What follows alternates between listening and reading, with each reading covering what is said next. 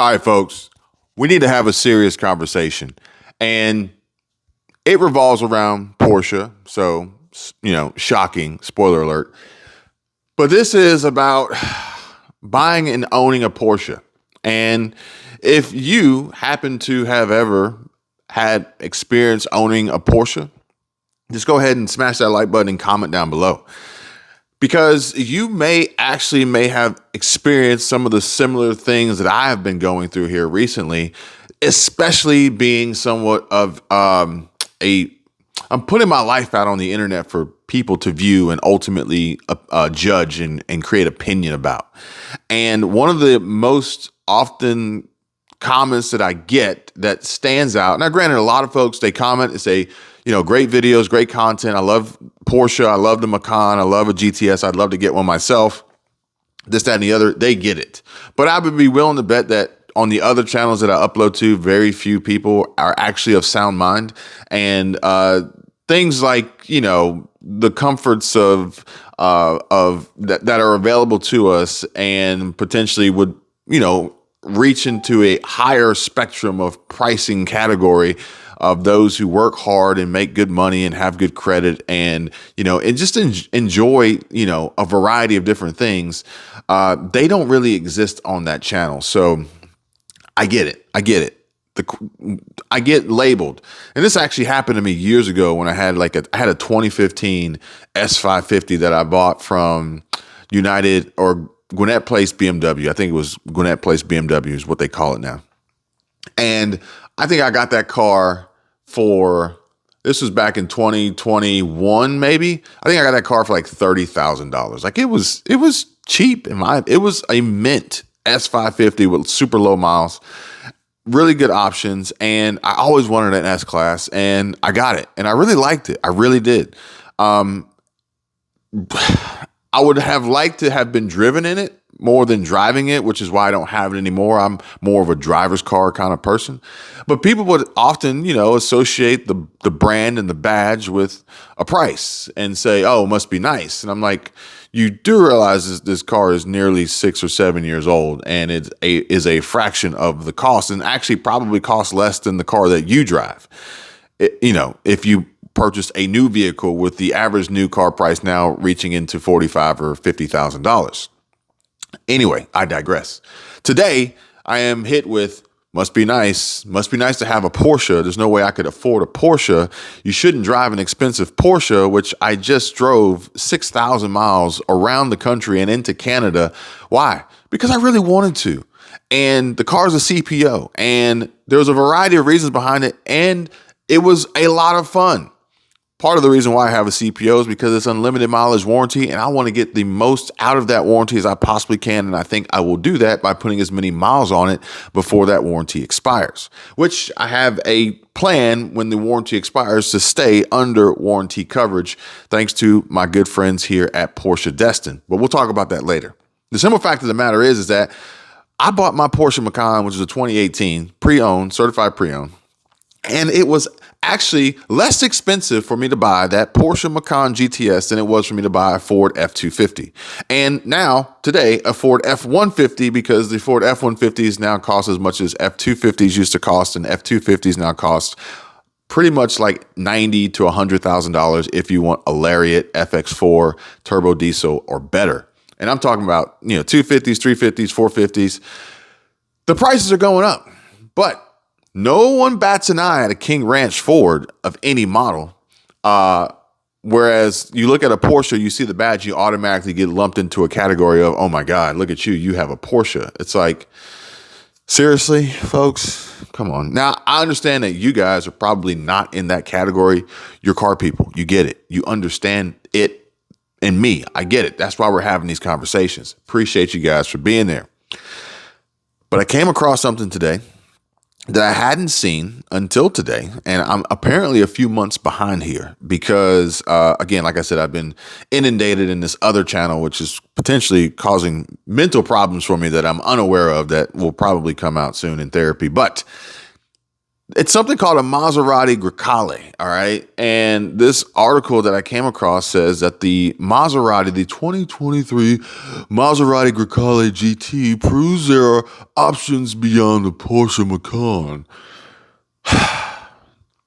Sure, any crossover, technically all-wheel drive crossover out there would prove that there are options besides the Porsche Macan. And this falls into that category. However, when I first found some video, and it was actually Ben Hardy. Ben Hardy had a video, and it was a GT. And I saw this, and I thought to myself, no.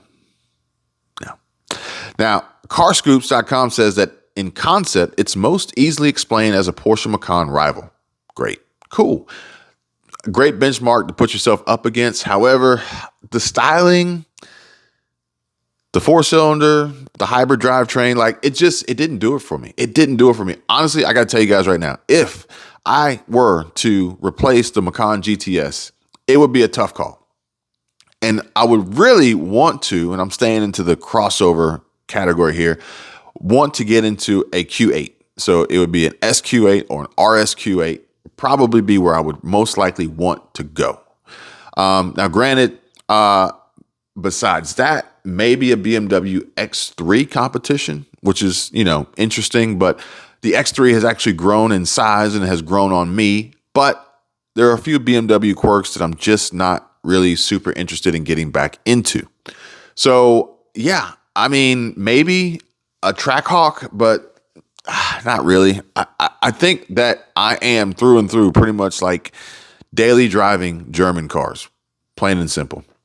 So that would pretty much be it for me. But this Maserati Grecale is, in my opinion, and I don't know, maybe it too would get the same, treatment from folks. It was kind of funny because I thought about this years ago because I actually was going to buy a Ferrari F430, kind of kicking myself that I didn't. I was going to buy an F430, and then I decided I was going to buy F355, which obviously a 355 would have been a very expensive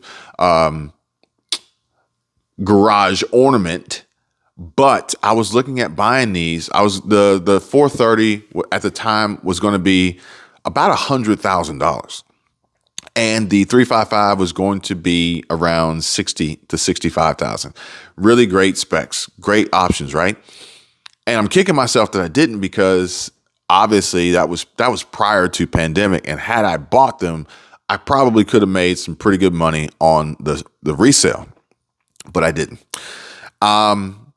Obvious problems with a 355 that I'm not super interested in, despite having the access to a really, really good Ferrari mechanic in, I think it was Stone Mountain in Georgia when I lived in Georgia at the time.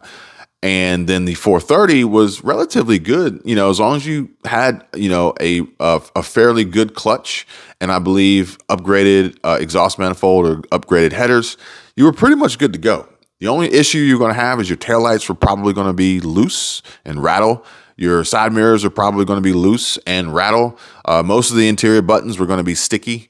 And your dashboard leather was probably going to shrink and retract and show some of that, orange, yellow foam underneath.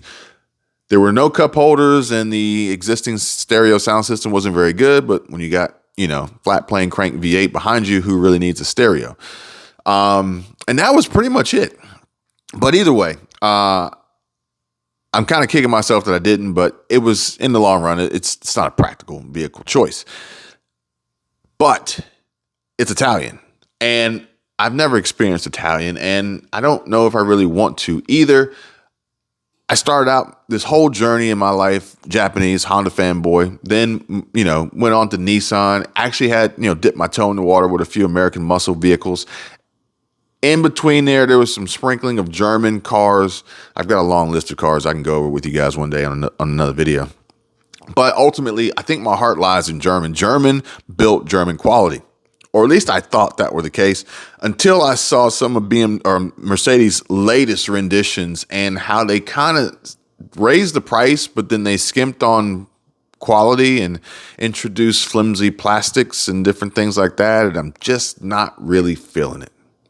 But either way, the whole point of this video is to talk to you guys about Porsche, the the Macan, more importantly, and quite possibly what could replace it.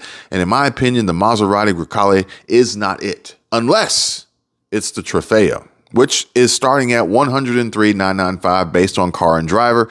And after watching the straight pipes, it actually sounds pretty good. The fact that the V6 twin turbo is based on the MC20 makes me happy. Another car I wish I would have bought, or at least put my name in the ring to pre-order when it first came out, because that was pre-pandemic. And after post-pandemic, the car is, skyrocketed in value based on limited numbers.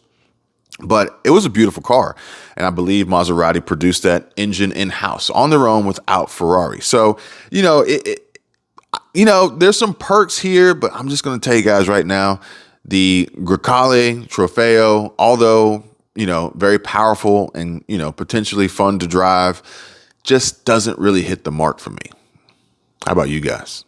And also, have you ever had anybody approach you and say something ridiculous or comment on anything that you've posted or anything like that because of the brand of the car you drive, not realizing that they have no clue is actually how much these things cost or how much they're worth or how much they are to maintain and how well they keep their value and appreciate and different things like that in comparison to just them making really silly opinions with no factual knowledge based on it, besides just hating on you because you drive a Porsche or a BMW or anything nice.